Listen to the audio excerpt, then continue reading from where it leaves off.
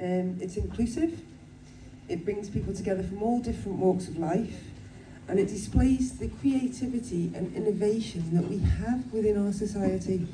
I'm being truly inspired today, and you know, what we see here is predominantly made from at least 50% recycled materials. It's absolutely amazing, really inspiring. I want to thank everybody who's entered. In my opinion, these are all winners because you know, the work is just such a high standard. We've seen some artisans promoting the reduce, reuse and recycle message. That's always great to see. I particularly like the smoothie making power that we have here. That was great, great job. Chris, where was he? Where's he?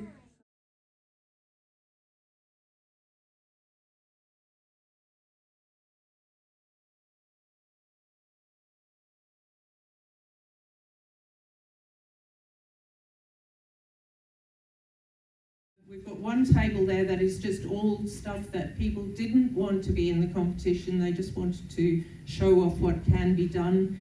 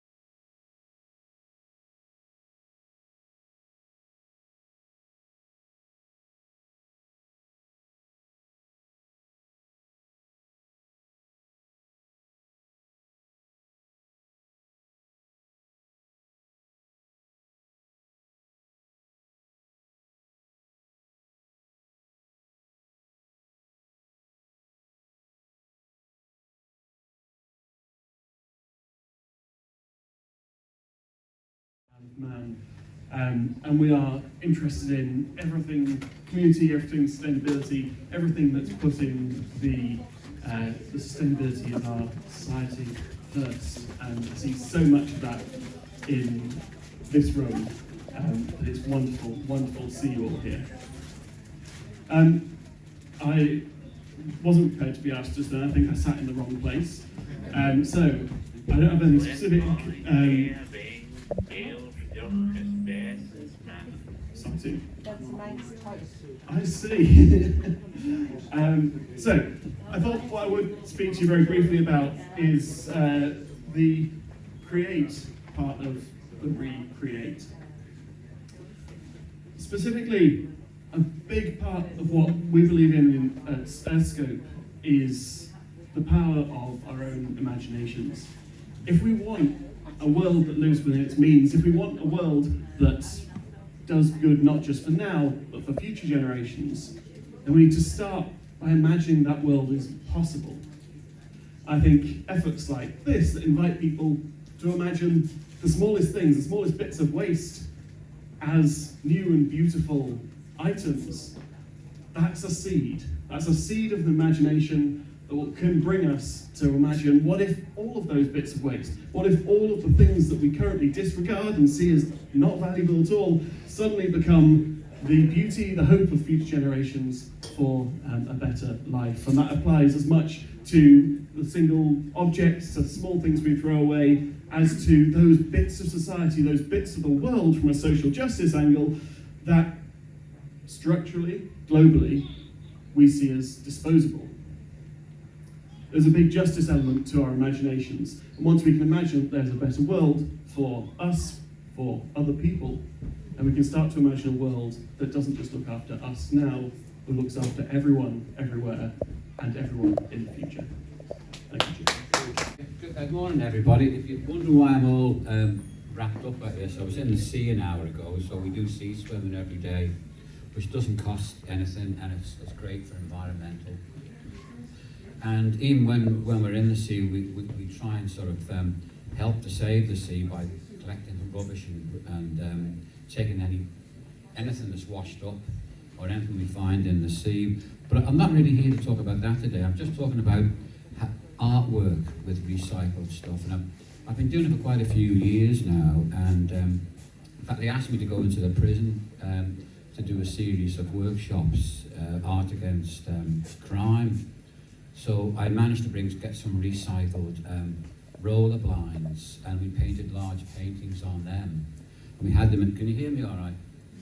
And we had we had an exhibition of the prison work, and because they weren't allowed to benefit from the sales of them,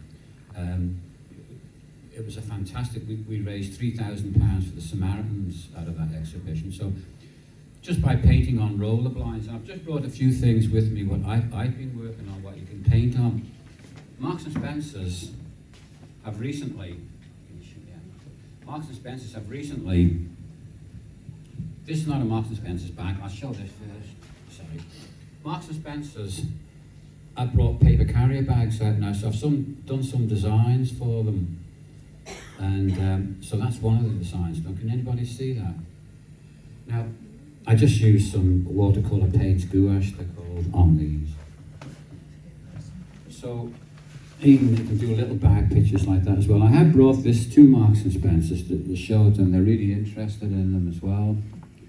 So, next time, if you buy something from Marks and Spencer's, either recycled paper one, or do a painting of it and give it as a present to somebody, and how much does it cost? Just what if you buy a pair of trousers or underpants.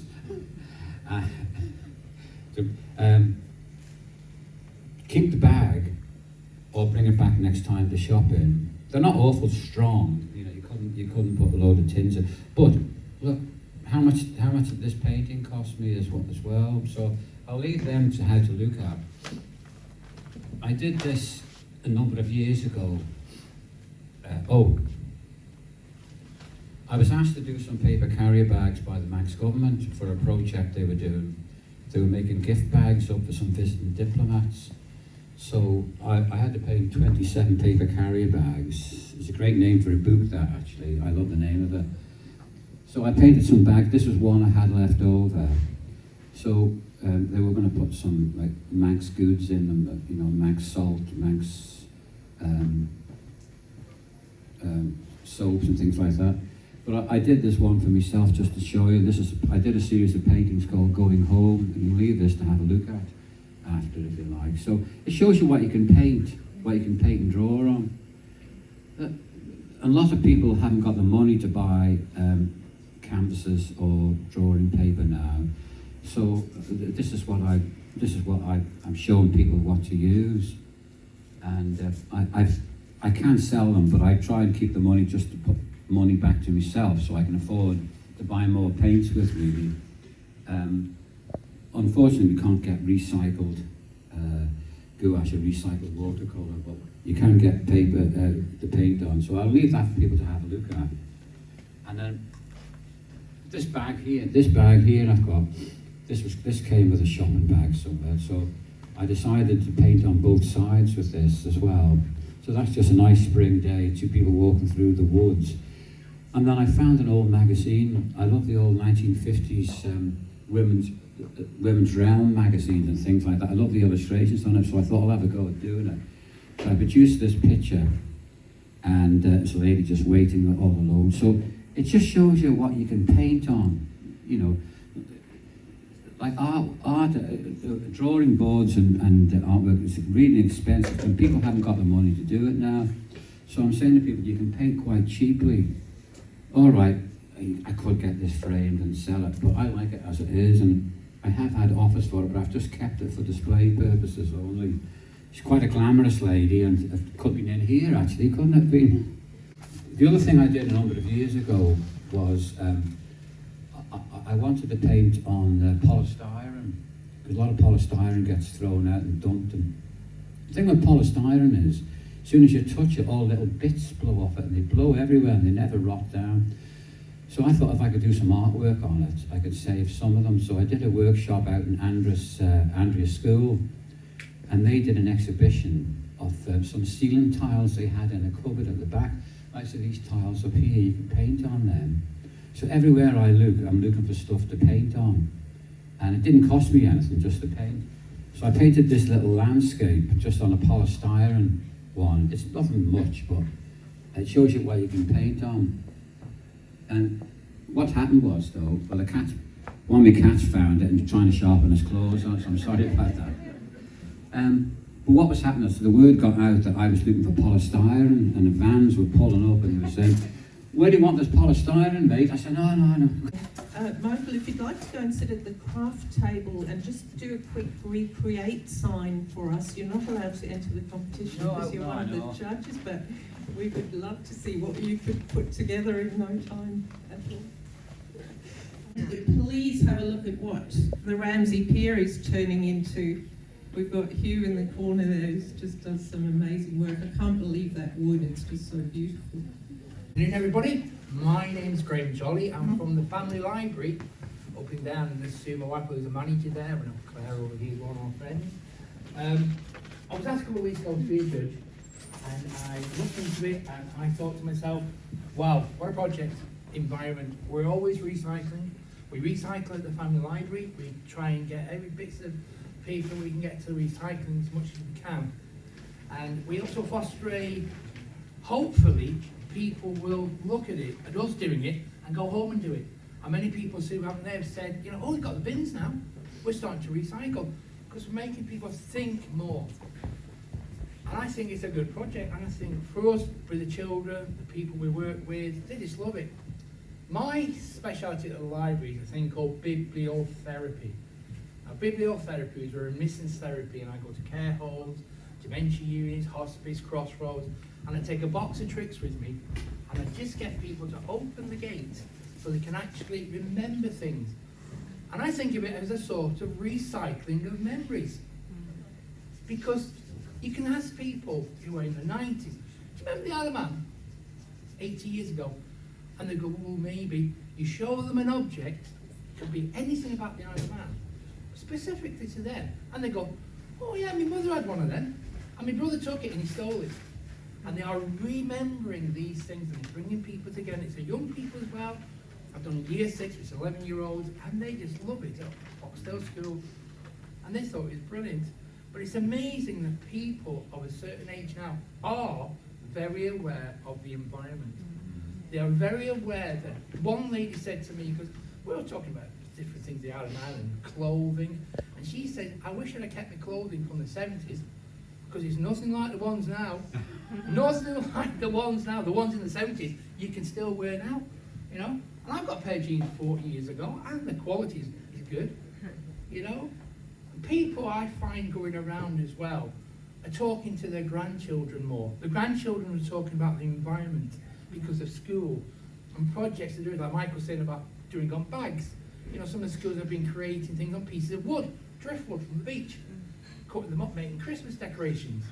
You know, I think it's pretty good. And we always foster at the family library, we do things creative and we try and recirculate, recall them, and get things to go and people to do. But I'll stop there because we've got lots to do this afternoon. But that's bibliotherapy, but we've got other things at the library. But I'm just hoping, that's just a smidgen of what we do about bibliotherapy. But believe me, we are pushing the message out about the environment, about research. As one little lady said to me, said, are you going to do some recirculating?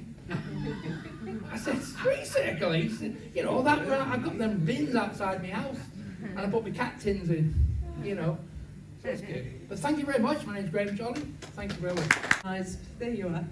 Who organised a wonderful conference here only a few weeks ago to combat loneliness, and it was all about community and Cujactus, is that how you say it? I won't explain, I'll hand over to you.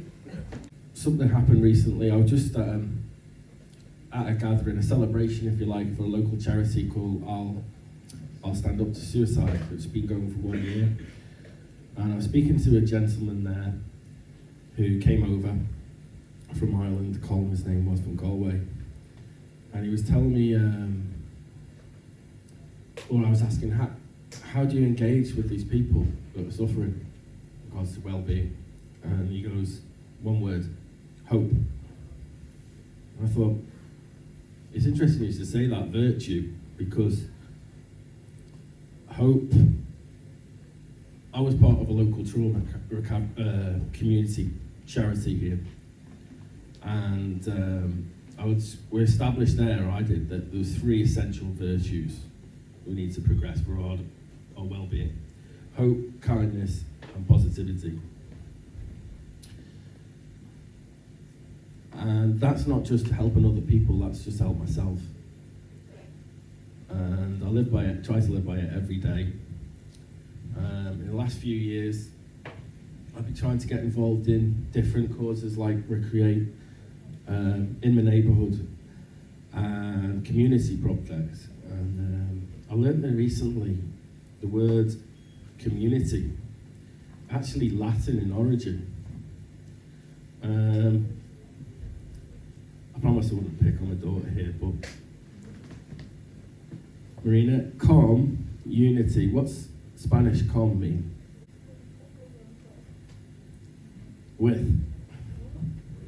With unity. And it's with unity when we get together with projects like this that we can better our own well-being. It's something that I learned that worked for me, that helped me get to sleep at night, was getting involved in projects that add to, or holistic well-being recovery, the 5 steps to well-being. Does anyone know them? As defined by the NHS? That's a Manx toast, which is good health and long life. It is, yeah. I was wondering where it come from. Yeah, to connect, to learn, mindfulness, exercise, and also to give back. And when we give back to a community, get involved in recycling, recreating, empowers our health, mental health. And so it's great that you're doing this today. And thanks for inviting me. The 5 items that you mentioned fit very well with the Act, Belong, Commit message, which is something that Bear Vein recreated. We were actually sponsored by the founder of Act, Belong, Commit in Australia to become the Manx partner of Act, Belong, Commit, and you can read about that in our, I think do we have any newsletters left? Still got some newsletters, but hot off the press. I think I printed the last one at 2 a.m. sometime. Oh, there, you keep saying, doing that Manx toast. It actually means good health, long life, a wet mouth, and death on the Isle of Man, which may sound sad, but I think it originated from the days where they wanted people to come home if they'd been out sailing or out to war, that they would be at home when they came to the end of their days. So it's quite a happy saying. I think that segues quite nicely into, Michelle, would you like to come and talk us about what the Northern Support Group does? And if anyone would like to talk to Michelle, she's got a lovely little cosy corner up there. Thanks, Jilly. I felt really guilty about, I know it's such a environmentally friendly sustainability, but we've got lollipops that aren't exactly the most environmentally friendly, but it's got me thinking about trying to find alternative ways to get our message out in the same way, but in a way that's not so wasteful. So, but I do have some guilt in my heart today with these. Don't feel guilty, it's party time. But anyway, I'm Michelle Lewis-Robertson, and I'm originally from Canada, and I've lived on the Isle of Man for about 6 years now, and I struggle with bipolar, also borderline personality disorder, generalized anxiety disorder, and when I was in Canada, I was a part of a mental health support group there, and we used to meet weekly, and it was something that really helped me manage my my illness, and when I moved here, I couldn't find anything like that. And up in the north, this was around COVID, just after COVID, there was just a string of, unfortunately, suicides that were happening. And I was like, you know, I've got some experience with mental health groups. I really don't know what I'm doing also, but I'm willing to learn. And so I just put it out there on Facebook in the community, in the Ramsey Community Pin Board, and I had some interest from some people, and that's where the Northern Support Group started. And we were meeting in Derby. Unfortunately, that hasn't been working out, so now we're going to be moving it into Ramsey, and you know, like trying to get as much of our name out there to people, because I think that the more people get comfortable with, you know, like hearing other people being open about their mental health, that will hopefully inspire them to be a bit more brave and speak about their mental health. And I do know that the island is a very small place. It's very much of a very small town, and people are quite nervous about being open and having other people know their business. But it's so important that we get our mental health out in the open and, you know, talking about it, because like everybody's been saying, connection, community, that's what keeps people alive. Having things like the peer support group brings people out of the shadows and, you know, like talking with each other. So thank you very much. Thank you very much. And Michelle wrote a lovely article which is in our newsletter, so please do read it or go and have a chat to her. Hi everyone, my name's Jane Critchley and I work in the Department for... Oh, is that better? Yeah. I'm Jane Critchley and I work in the Department for Enterprise in the Isle of Man Government. So we've done a lot of work with a lot of people here actually, just about everyone sharing the skills that they've got, working together, and I think there's an acceptance that we can't just keep getting new of everything, that we've got to recognise what we've got and share it and use it again, which is what we've done with Michael Stark, who talked earlier about the carrier bags and the paper bags. We've renovated, well, he's renovated Quails Hall in Ramsey using mostly recycled things that were from the amenity site and community help. And it's just shown what you can do when you've got a group of people working together for the greater good to help each other. And then obviously the work Jill is doing is pulling lots of groups together. So it's just great to see people thinking in a different way and making the most of what we've got rather than getting new things all the time.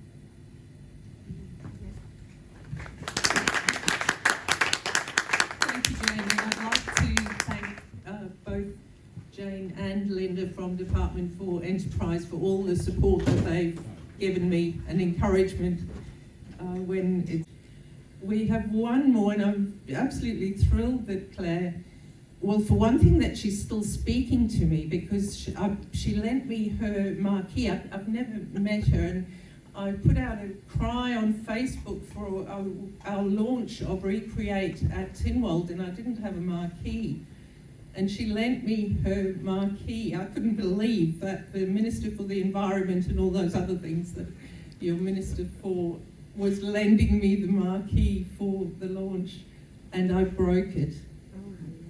The wind was blowing like crazy and it twisted and we broke the marquee, but I'm very glad you have forgiven me. And please come and say a few words. Thank you very much for coming.